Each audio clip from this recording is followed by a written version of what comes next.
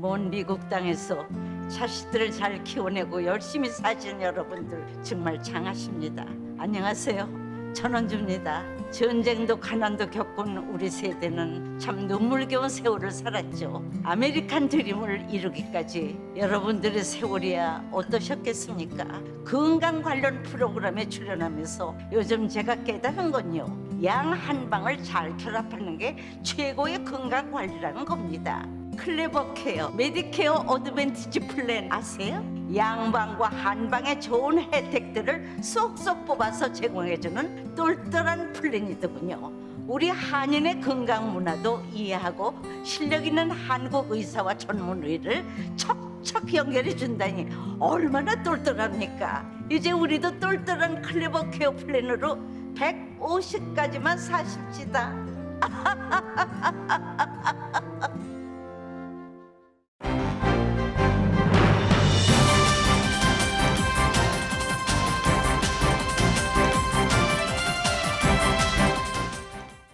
기분 좋은 10월, 여러분의 웃음이 한 달 내내 가득하시길 바랍니다.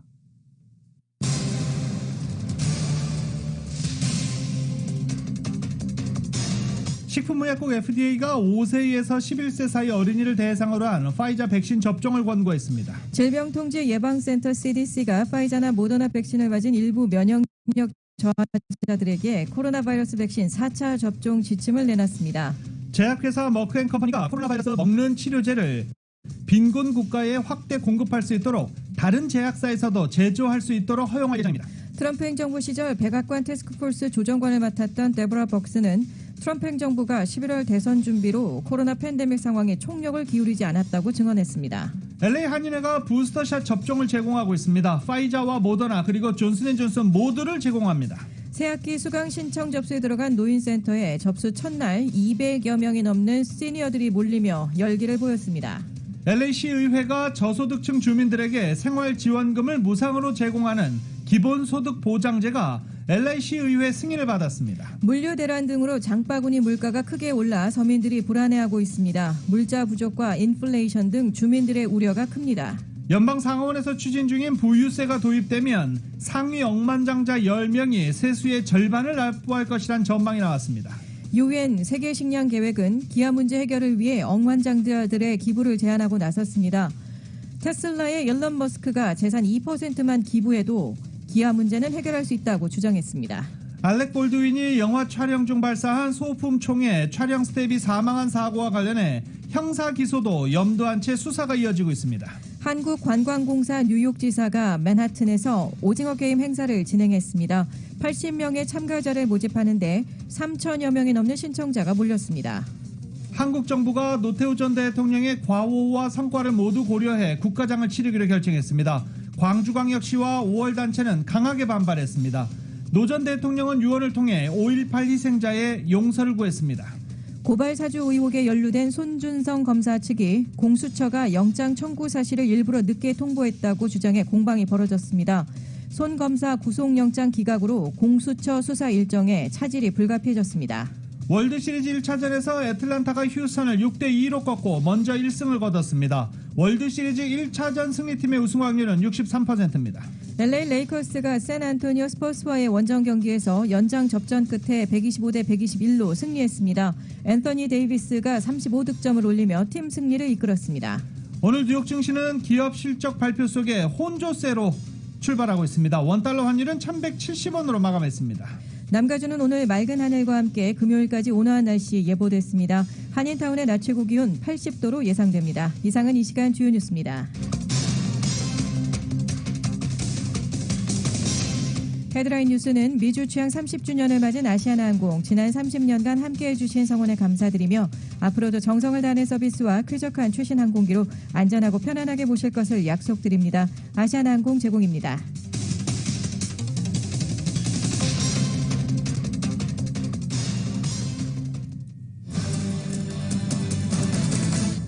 여러분 안녕하십니까? 김현지입니다. 안녕하십니까? 유지승입니다. 2021년 10월 27일 수요일 라디오 솔모니 뉴스 2부입니다. 이 제약회사 머크앤컴퍼니가 개발 중인 코로나 바이러스 경구용 치료제, 먹는 치료제를 빈곤 국가에 확대 공급할 수 있도록 다른 제약회사에서도 제조할 수 있게 될 전망입니다. 머크사는 유엔이 지원하는 의료단체 국제의학특허풀과 경구용 치료제 몰누피라비르를 다른 제약사들이 제조할 수 있도록 허용하는 특허 사용 협약에 합의했습니다. 파트너사인 리지백 바이오테라피우틱스는 이번 협약을 통해 경구용 치료제 몰누피라비르를 제조하고자 하는 자격 있는 다른 제약회사에 라이센스를 줄 수 있도록 했습니다. 또 세계보건기구가 코로나 바이러스를 국제 긴급 상황으로 판단하는 한 로열티도 받지 않기로 했습니다. 식품의약국 FDA 자문단이 5에서 11세 사이의 어린이들에 대한 파이자 백신의 사용 승인을 권고했습니다. 파이자 백신을 접종할 경우 심장염증이 드물게 발생할 위험보다 이익이 크다고 결론지었습니다. YTN이 전합니다. 미 식품의약국 자문기구인 백신 생물의약품 자문위원회가 5살에서 11살 사이 어린이의 화이자 백신 긴급 사용 승인을 권고했습니다. 자문위는 화이자 백신을 접종할 경우 심장염증이 매우 드물게 발생할 위험보다 이익이 크다는데 기권 1명을 제외하고는 전원이 찬성표를 던졌습니다.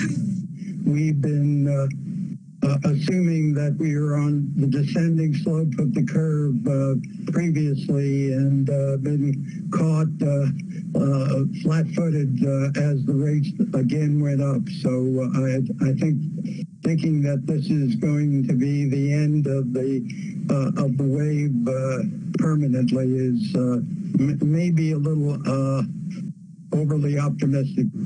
FDA 자문위에 이어 질병통제예방센터, CDC 자문기구인 예방접종 자문위원회도 다음 달 2일과 3일 회의를 열고 이 연령대에 대한 접종 여부를 최종 결정할 예정입니다.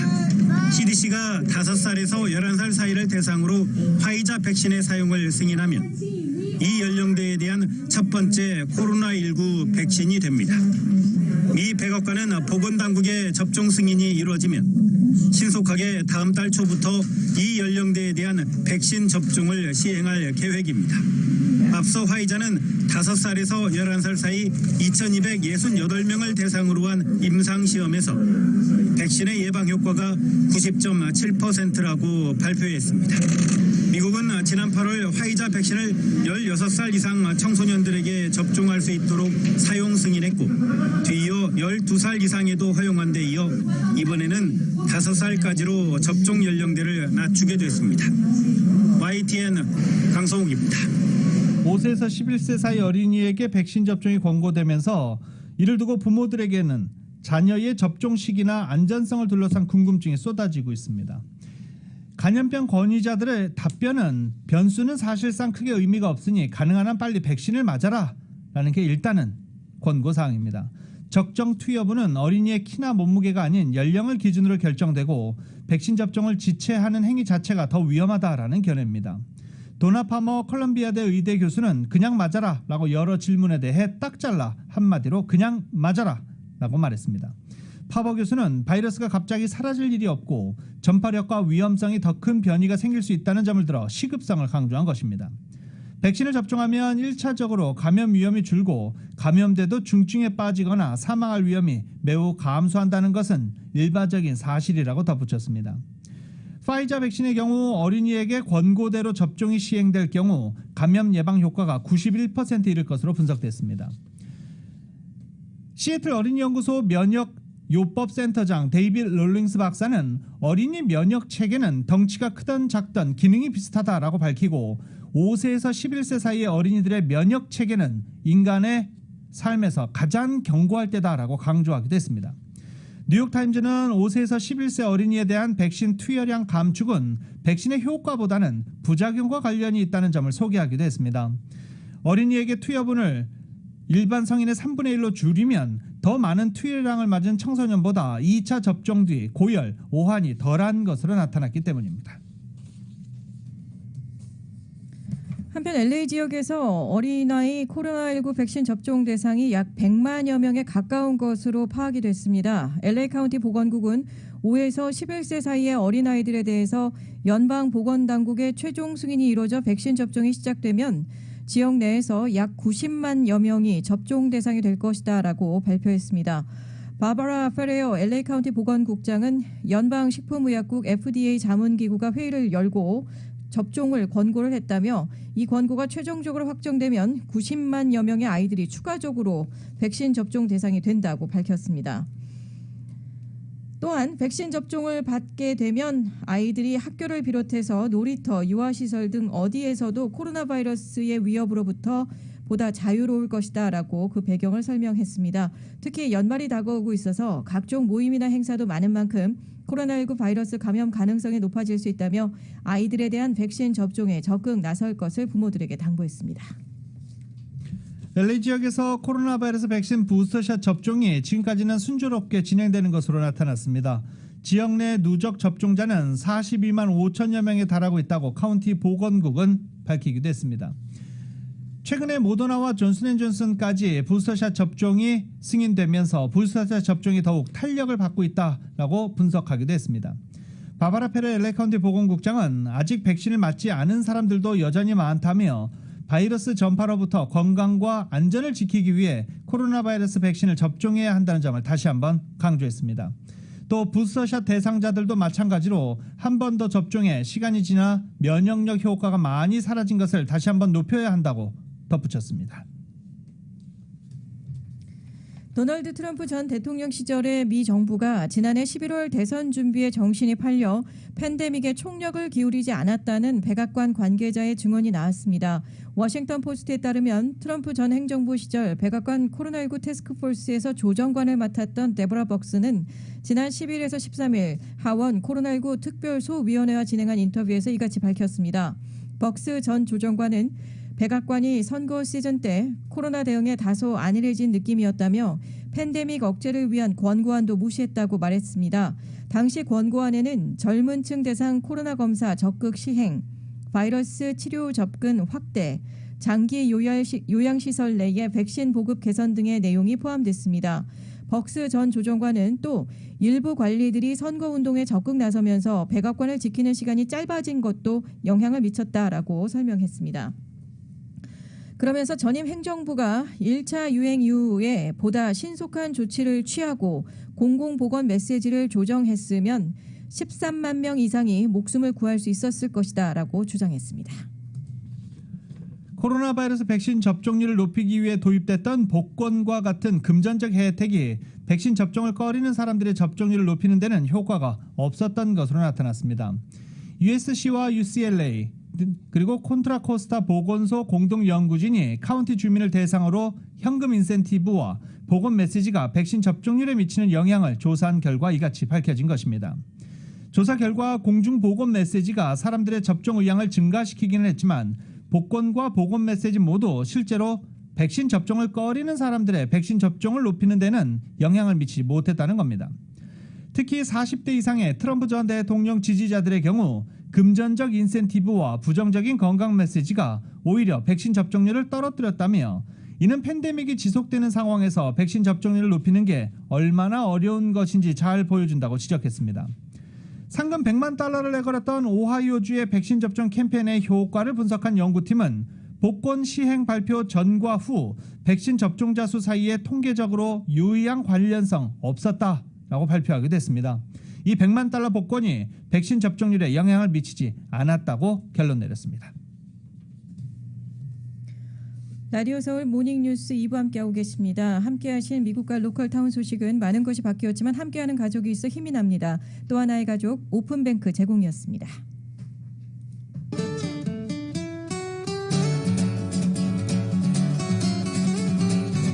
10월 27일 오늘의 날씨 전해드립니다. 남가주 일원 맑고 화창한 가을 햇살과 함께 오늘부터 포근한 날씨 모드로 돌입하면서 낮 기온 상승하겠습니다. 오늘 낮 최고 기온 LA로는 어제보다 7도 이상 오르며 80도, 밸리와 인랜드는 시속 20마일의 강한 바람 불면서 낮 최고 84도, 해안가는 75도, 산간 지역 61도의 낮 최고 기온 예상되고 있습니다. 내일은 오늘보다도 기온이 5, 6도가량 더 오르면서 가을볕이 제법 따사롭게 느껴지겠고요.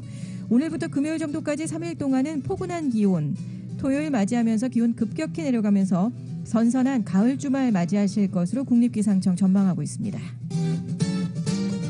현재 기온입니다. LA 51도, 벌뱅크 53도, 토렌스 52도, 플러튼 53도, 얼바인 55도, 리버사이드 51도 가리키고 있습니다. 이상 오늘의 날씨였습니다.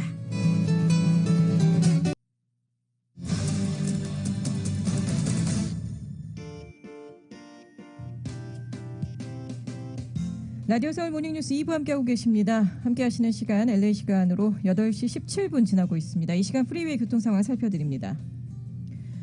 105번 웨스트 방향입니다. 벌몬트 애비뉴 지점 추돌 사고로 2개 차선 차단되면서 윌밍턴 애비뉴부터 차간 거리 좁히기 시작합니다. 사고 구간 통과에 30분 추가로 소요가 되고 있습니다.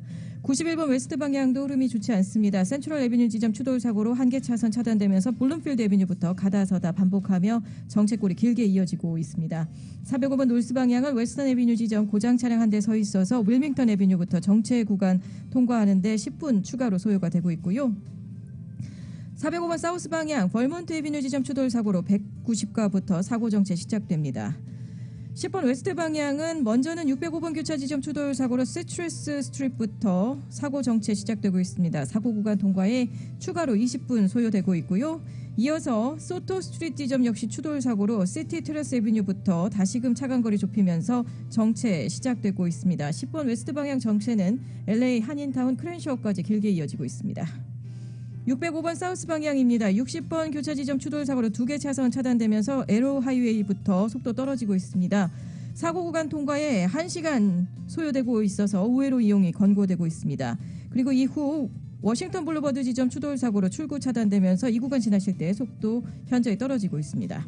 5번 놀스 방향입니다. 비치 블루버드 지점 추돌 사고로 출구 차단돼 있습니다. 브로커스트부터 사고 정체가 시작이 되고 있습니다. 거의 사고 구간은 서 있다시피 한 정체 보이고 있고요. 5번 놀스 방향 출근길 정체는 사고 지점 지나서 로스크런스 애비뉴부터 차간 거리 좁히기 시작합니다. LA 다운타운 듀벌까지 정체골이 길게 이어지고 있습니다. 참고하시고 안전운행하시기 바라겠습니다.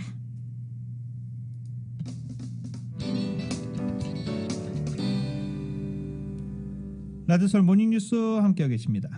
LA 시내 스몰 비즈니스 업주들을 위한 컴백 책 프로그램 신청자 접수를 위한 포털이 어제 정오를 기해서 오픈됐습니다.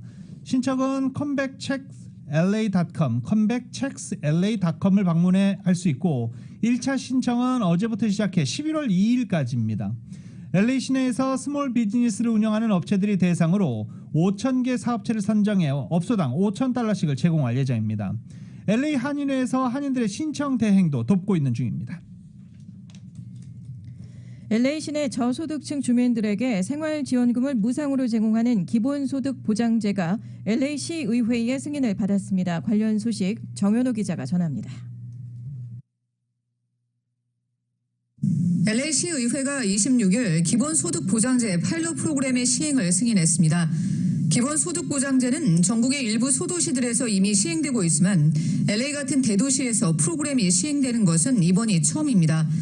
LA시는 3,000명의 LA 시내 저소득층 주민들에게 혜택을 제공할 예정입니다. 코로나 팬데믹으로 어려움을 겪고 있는 가정에 생활비 보조금으로 12개월 동안 한 가구당 월 $1,000의 현금을 직접 지급하게 됩니다. 지급되는 현금에는 아무 조건이 따라붙지 않습니다. 기본소득보장제 수혜자 4분의 1 이상은 빈곤층 주민들이 많이 거주하는 커런 프라이스 시의원 관할 구지구 시민들이 될 것으로 추정됩니다. 커런 프라이스 시의원은 지역군의 수혜자층이 가장 두터운 만큼 자신의 지역구 사무실을 기본소득보장 프로그램 신청을 돕기 위한 본부로 운용하겠다고 밝혔습니다. 기본소득보장제 신청에 대한 자세한 내용은 27일 공개될 예정입니다. 전국적으로 기본소득보장제를 실시하는 시정부나 카운티가 최근 속속 생겨나고 있습니다. 기본소득보장제가 이미 시행 중인 산타클라라 카운티에서는 수혜자들이 데비카드를 통해 지원금을 받고 있으며 현재 $140만 이 프로그램에 지출됐습니다. 스타튼에서도 기본소득보장 프로그램을 시행하고 있습니다. 가주정부는 지난 7월 자격 요건이 되는 젊은 층과 임산부를 대상으로 주정부가 기본소득을 보장해주는 방안을 승인한 바 있습니다. 라디오 서울 뉴스 정현호입니다. 요새 장보기 겁나시죠? 그러신 분들 많습니다. $100였던 물가가 이제는 $200를 들고 가도 다 못 사갖고 온다라고 하소연하시는 분들 상당히 많습니다. 코로나 상황에서 물가가 무섭게 치솟고 있습니다. 그나마 또 사면 다행이죠. 살려고 했던 물건이 진열대에 없는 경우도 많습니다. 물류 대란으로 물자 공급도 곳곳에서 딸리기 시작하고 있습니다. 서민들의 불안이 커지고 있습니다. 이은 기자가 취재했습니다. 코로나 팬데믹발 물가 인상과 물류 대란, 인력난으로 사방에서 경고음이 울리고 있습니다. 물가 인상은 기본적인 그로서리와 가스 가격, 외식값 등 생활 전반에서 주주히 나타나면서 초인플레이션 공포감마저 자아내고 있습니다. 한인타운에 거주하는 한 한인은 1달러이던 채소 가격이 이제는 3달러를 지불해야 할 정도로 장바구니 물가가 폭등한 데다 그로서리 마트에 장을 보러 가더라도 물류 공급 차질로 인해 품목조차 예전처럼 다양하지가 않다며 장 보는 데 어려움을 호소했습니다. 그로서리 마트뿐만 아니라 기본적인 생활용품을 파는 곳에서도 물자 공급 차질로 진열대에 빠져있는 제품들이 많아 답답한 상황입니다. 직장인 김 씨는 타운에서 점심 식사를 하려면 팁까지 합쳐 훌쩍 20달러가 되는데 식당의 주차 비용까지 덩달아 늘어나 외식 비용을 감당하기가 어려워져 도시락을 싸오기 시작했다고 전했습니다. 타운 내 여대생은 새학기 대면 수업이 재개되면서 등교를 해야 되는데 가스값이 치솟은 데다 우버, 리프트도 비용이 치솟으면서 등굣길 발걸음이 무거워지고 있다고 호소했습니다. Ubers have increased a lot. Like traveling now in cars, it's like double, some of even triple what it was before. So that is one thing that has been, like, I've been super affected by that. 학교 인근 식당에서 식사를 해결하려 해도 가격이 만만치 않다 보니 저렴한 학교 카페테리아에서 제공되는 식사를 이용한다고 설명했습니다. 특히 팬데믹 기간 동안 정부에서 제공되는 각종 그랜트 기금이 개인과 사업자들에게 풀려있는 상황에서 물자는 귀해지면서 물자 공급이 도저히 폭증한 주민들의 수요를 따라잡지 못하면서 인플레이션을 유발하고 있습니다. LA 한인상공회의소 강인한 회장입니다. 식당을 한다든지 이런 사람들이 점점 더 문제가 모든 것들이 올라가다 보니까 식당이 옛날 가면은 보통 15불 내지 20불이면 밥을 먹었는데 요즘은 파킹 서비스 차지 발레피 내고 나오면 한 티까지 25불이면 안 주면 못 먹는다 그러고 그러다 보니까 가장 큰 데미지를 입은 건 이제 패션 비즈니스겠죠. 아무래도 패션 비즈니스라는 건 가을에 가을옷을 입고 겨울에 겨울옷을 입는데 또 뭐 겨울옷이 제때 안 들어오고 가을옷이 제때 안 들어오고 그런 것들도 가장 큰 피해를 입었고요. 그다음에 뭐 신발도 그렇고. 강인한 상임회장은 비즈니스 업주들이 원자재와 인건비 상승으로 어쩔 수 없이 가격을 인상시키고 있는 상황에서 소비가 늘어나는 연말 대목 기간에 물자 부족과 인플레이션이 심화될까 심히 우려된다고 전했습니다. 경기는 아직 정상 회복이 되지 않은 상황 속에서 물가만 무섭게 치솟는 불균형 속에 타운 주민들과 한인 업주들의 걱정은 이만저만이 아닙니다. 라디오 서울 뉴스 이은입니다. 코로나 팬데믹 사태로 LA시 지역에서 강력 범죄가 증가한 가운데 올 들어 특히 총격과 이로 인한 살인 사건이 급증한 것으로 나타났습니다. 특히 LA 한인타운 지역에서도 갱 조직 관련 총격 등이 잇따라 발생하며 한인타운 주민들의 불안감도 가중시키고 있습니다. 한 해가 저물기까지 고작 2달을 남겨둔 상황에서 LA시 전역에서 지금까지 총 320건의 살인 사건이 집계가 됐습니다. LA타임스는 지난 18일 기준 LA에서 320건의 살인사건이 발생했는데 향후 2달간 발생할 살인사건까지 감안하면 지난 10년 중에 가장 높은 살인사건을 기록했던 지난해의 355건을 뛰어넘을 수도 있다라고 설명했습니다. 한편 LA 한인타운을 관할하는 올림픽 경찰서의 범죄 현황 통계 자료에 따르면 이달 16일 기준 올림픽서 관할 지역에서 발생한 살인사건은 총 10건으로 지난해보다 4건 늘었습니다. 또 총격 사건도 총 57건에 희생자는 22명으로 나타났는데 이는 코로나 팬데믹으로 총격이 급증한 지난해와 거의 비슷한 수치를 보여주고 있습니다. 한인타운은 특히 여전히 갱 관련 총격이 잇따라 발생하면서 여전히 총격 살인의 안전지대가 아님을 보여주고 있습니다. LA타임스는 살인사건의 급증 원인으로 갱 범죄 총격 사건 증가, 노숙자 확대 등을 꼽았습니다. 범죄 전문가들은 코로나19로 인한 경제적인 피해, 봉쇄령 동안의 서비스 중단, 반경찰 시위 증가 등을 염두에 두고 살인사건 증가 배경을 추적하고 있습니다.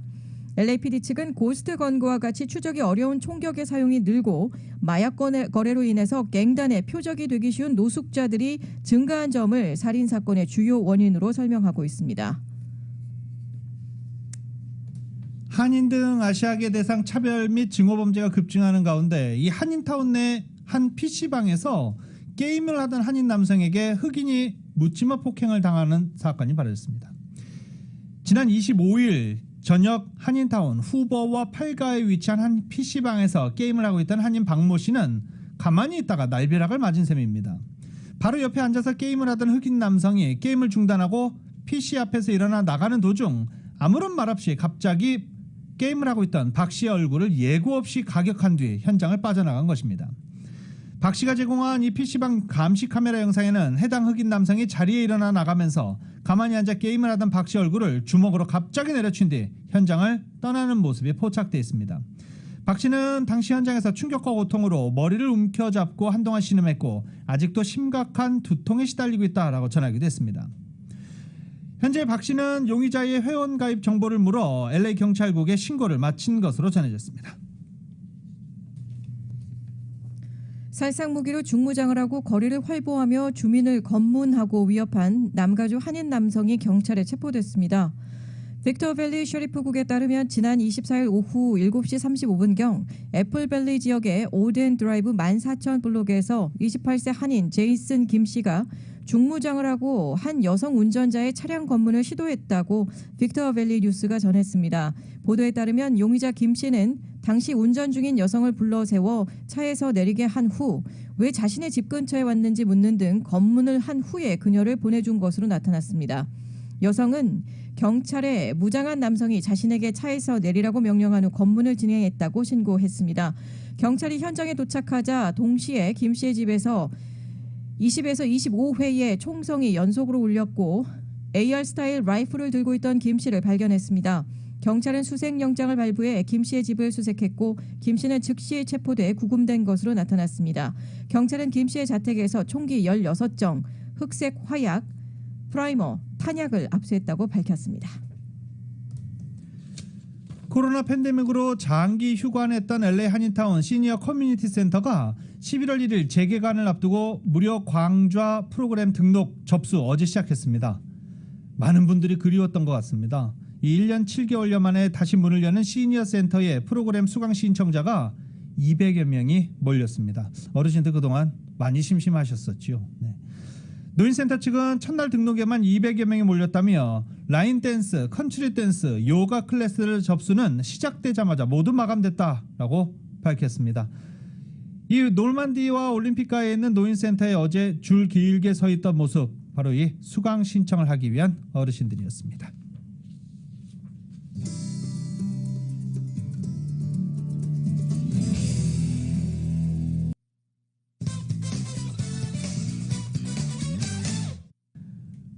라디오솔 모닝뉴스 함께하고 계십니다. 한인회에서 백신 부스터샷 제공하고 있습니다. 파이자, 모더나, 존슨앤존슨 모두 다 제공하고 있습니다.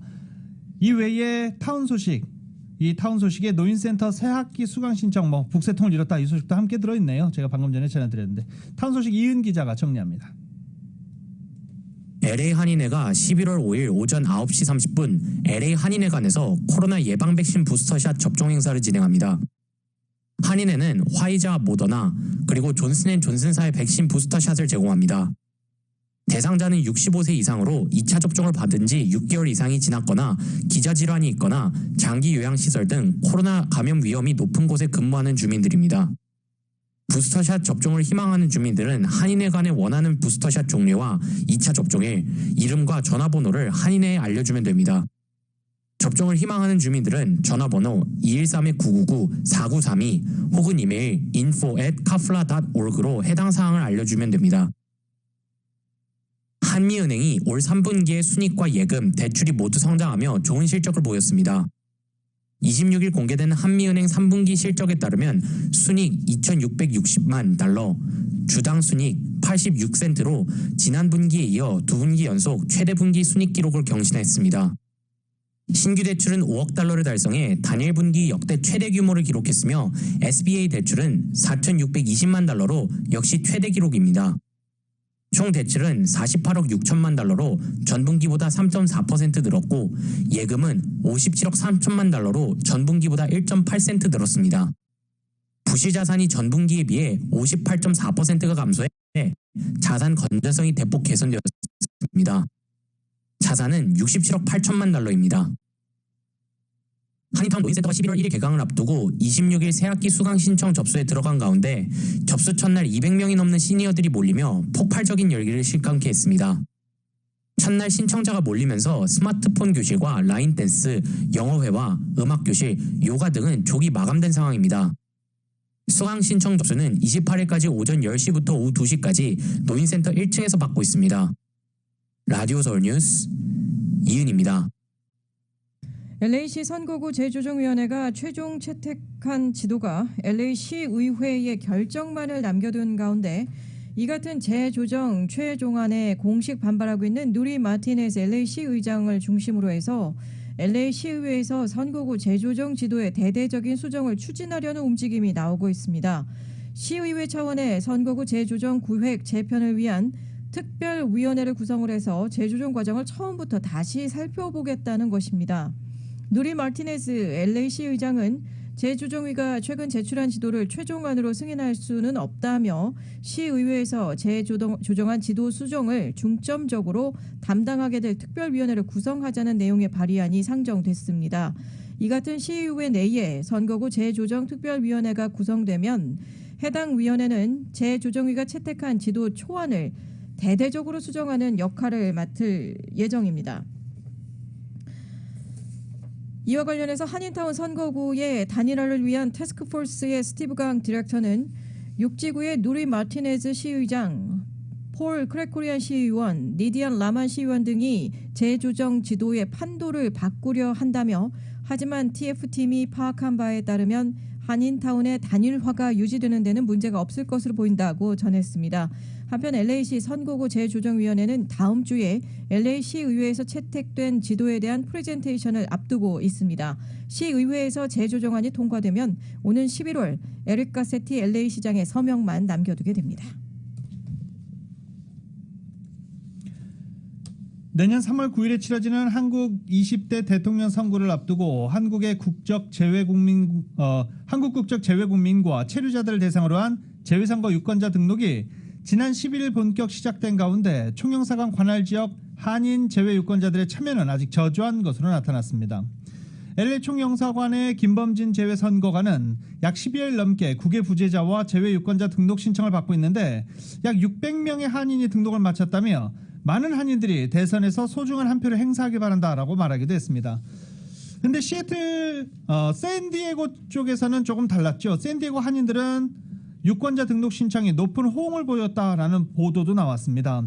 순회 영사 업무에는 많은 민원들이 다소준 70여 명이 방문했는데 이 중에 선거권이 있는 40여 명이 유권자 등록을 했다는 것입니다.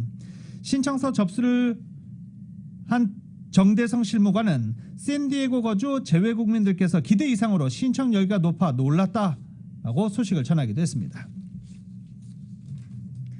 캘리포니아주 고용개발국 EDD에서 신종 코로나 바이러스 감염증 사태 기간 중에 실업 부당 부정 청구에 제대로 대처하지 못하며 200억 달러를 지급해 막대한 예산이 낭비된 것으로 밝혀져 또다시 도마 위에 올랐습니다. 시스템을 보완해서 실업수당 사기의 사전 차단에 역점을 두고 있다는 설명에도 불구하고 사기 범죄의 취약점을 드러내고 있고 늦장 업무 처리는 개선되지 않는 등 EDD 서비스에 대한 불만 여전한 것으로 나타나 비판의 대상이 되고 있습니다. AP통신은 가주 EDD의 관리의 말을 인용해서 가주 EDD가 코로나19 사태 발생 이후 실업수당 사기 청구에 적어도 200억 달러를 지급해 캘리포니아 주민의 혈세 낭비다라는 비판에 직면했다고 전했습니다. EDD 관련 관계자들은 당초 예상보다 실업수당 사기 청구에 지급된 금액이 적었다며 코로나19 사태 시작 이후 전체 지급된 실업수당 중 11% 정도가 사기 범죄에 지급된 것을 확인했습니다. 코로나19 사태로 실직자들이 늘어나면서 실업수당 청구가 밀려 들어오는 상황에서 자격 여부 심사를 제대로 하지 못한 데서 실업수당의 부당 지급 현상이 늘었다는 게 EDD 관계자들의 설명입니다. 특히 가주 EDD의 고질적인 병폐로 지적되고 있는 늑장 대응은 여전히 개선되지 않고 있다는 부분도 매체는 지적했습니다. UC 주요 대학들에서 한국학 프로그램이 확대됩니다. 한국국제교류재단 LA 사무소는 K-팝과 K-드라마 등 한국 대중문화 인기에 힘입어 한국학 강좌 수요가 크게 늘었다며 버클리와 얼바인, 산타바바라 등 UC계열 3개 대학에서 한국학 교수를 신규 임용했거나 채용 절차를 진행 중이라고 밝혔습니다. 재단에 따르면 UC 버클리는 올해 가을부터 한국 문학을 담당하는 교수를 신규 임용했습니다. 또 UC 얼바인과 산타바바라는 내년 가을 학기 임용을 목표로 각각 한국 미술사와 한국 문화 조교수 채용 절차에 착수한 것으로 전해졌습니다. 전 세계 문화 경제 중심 도시인 뉴욕의 맨하튼에서 선풍적인 인기를 끄고 있는 드라마 오징어 게임에 나오는 게임을 즐기며 한국 문화를 느껴보는 행사가 열렸습니다. 사전 참가 신청에서 80명 모집에 3,000명이 넘게 신청할 정도로 한국 문화에 대한 현지인들의 관심 뜨거웠습니다. YTN이 전합니다. 뉴욕 맨하튼의 한 스튜디오. 초록색 운동복을 입은 미국 현지인들이 드라마 속 게임을 직접 체험하기 위해 모였습니다. 참가자 80명을 모집했는데 3,000명이 넘게 신청했습니다. 딱지치기와 달고나 뽑기 등 오징어 게임에서 친숙해진 게임을 직접 즐겼습니다. And marshmallow is good.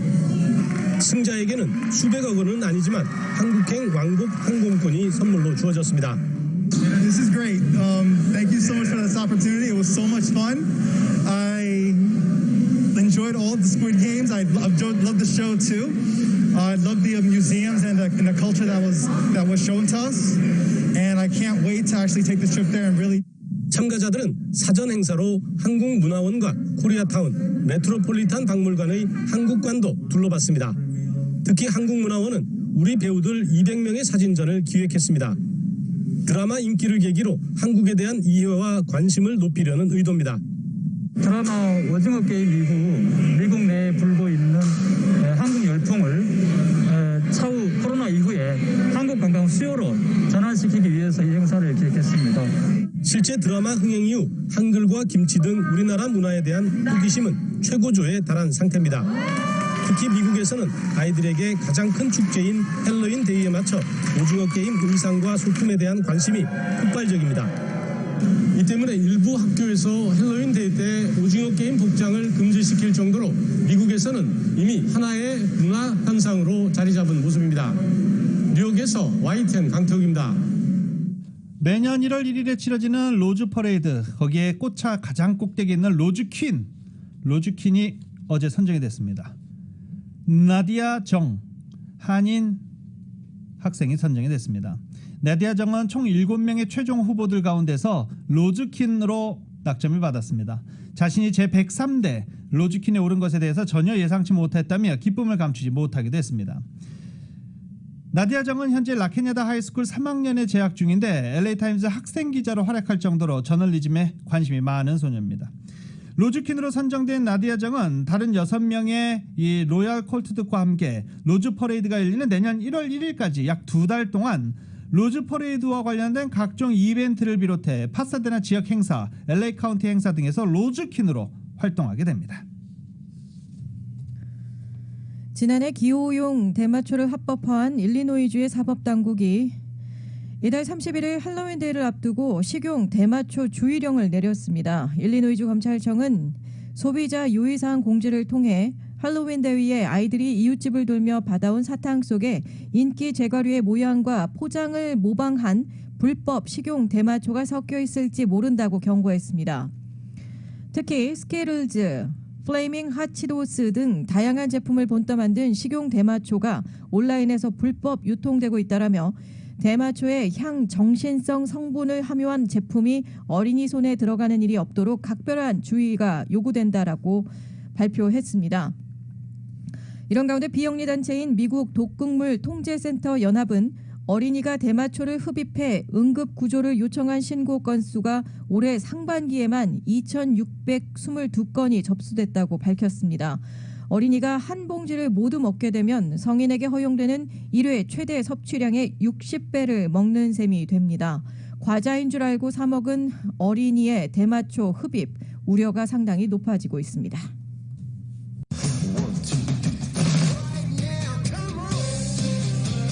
자주설 모닝뉴스 스포츠 소식입니다. 스포츠 소식은 전문가가 추천하는 이민법과 가정법 전문 제인정 종합법률사무소 제공입니다. 어제 LA 레이커스가 승리를 거뒀죠. 샌안토니오 스퍼스와 원정 경기였는데 연장 접전 끝에 125대 121로 승리를 거두고 2연패 끝에 2연승을 거뒀습니다. 르브론 제임스와 앤서니 데이비스의 원투퍼치, 러셀 웨스브룩과 카멜로 앤서니, 디안드레 조던 등이 영입돼 호화 군단을 갖췄지만 어제 르브론 제임스가 오른쪽 발목 부상으로 함께하지 않았습니다. 114대 114로 맞선 연장전에서도 접전이 계속됐는데 이 러셀 웨스트브룩의 연속 득점이 나오면서 레이커스가 승기를 잡았습니다. 앤서니 데이비스가 35득점, 리바운드 7개, 러셀 웨스트브룩이 33득점, 리바운드 10개, 어시스트 8개로 드디어 폭발하기 시작했고 제임스 자리에 선발로 출정한 말리크 몽크가 17득점을 보탰습니다. 한편 골든스테이트 워리어스는 오클라호마 시티 선더를 106대 98로 꺾고 개막 4연승 행진을 이어가고 있는 중입니다. LA 레이커스는 오늘 오클라호마 시티와 오후 5시에 원정 경기가 있고요. LA 클리퍼스는 오후 7시 30분 스테이플 센터에서 클리블랜드와 홈 경기를 갖게 됩니다. 메이저리그 월드시리즈 소식입니다. 월드시리즈 1차전에서 애틀란타가 휴스턴을 꺾고 먼저 웃었습니다. 메이저리그 역사상 1차전 승리팀이 월드시리즈에서 우승할 확률 63%입니다. YTN이 전합니다. 원정에 나선 애틀란타가 공 3개 만에 선제점을 뽑습니다. Here's one slam to the left field. How about that start to the World Series? Soler will take the trip. 월드시리즈 역사상 1회 초 선두타자 홈런은 처음 있는 일입니다. 3회 초 듀발이 투런포를 보탠 애틀란타는 대부분 휴스턴의 우세를 점친 도박사들의 예상을 깨고 1차전에서 6대2로 승리했습니다.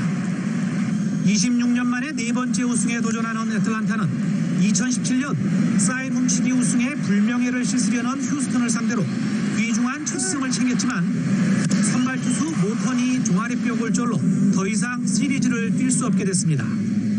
애틀란타 감독과 휴스턴 타격 코치로 만난 스니커 부자의 얄궂은 운명의 대결도 시리즈 시작 전부터 흥미로운 볼거리로 떠올랐습니다. Message, you said, Mom, I'll let him go first.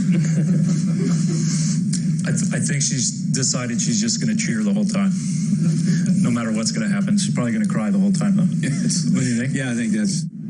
아버지도 아들도 월드시리즈 MVP가 될 수는 없지만 어느 팀이 이겨도 올 시즌 월드시리즈는 스니커 가문이 우승 반지를 끼게 됐습니다. 역대 월드시리즈에서 1차전 승리팀이 최후의 승자가 된 건 약 63%. 1997년 이후 시리즈로 한정할 경우엔 23번 중 20번으로 그 확률은 87%에 달합니다. YTN 김사익입니다. 월드시리즈가 끝나면 이제 각 부분 수상자들이 발표가 됩니다. 이제 MVP는 누가 될 것인지, 사이 영상은 누가 받을 것인지 많은 관심이 쏠리게 되죠. 이런 가운데 오타니 쇼헤이가 메이저리그 커미셔너 특별상을 어제 받았습니다. 텍사스주 휴스턴 애스트로즈와 애틀란타 브레이브스 월드시리즈 1차전을 앞두고 롭 맨프레드 메이저리그 커미셔너로부터 상을 받았는데요. 맨프레드는 오타니의 올 시즌 활약은 메이저리그 역사에 남을 만할 것이다 라고 밝히며 수상을 했습니다. 1998년에 제정된 이 상은 대상자가 없으면 해당 연도를 뛰어갑니다.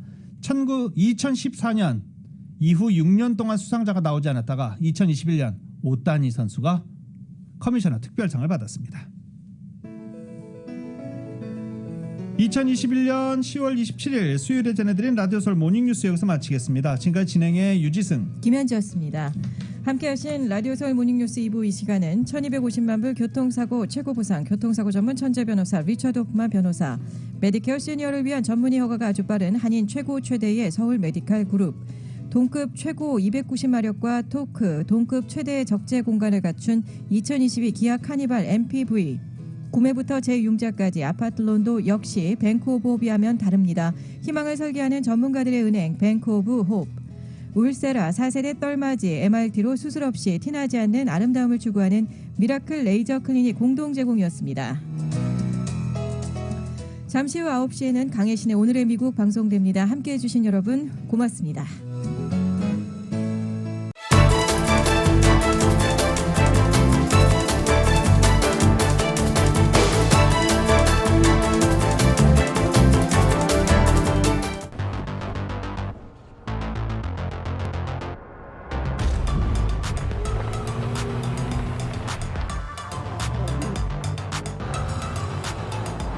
가득 실으세요.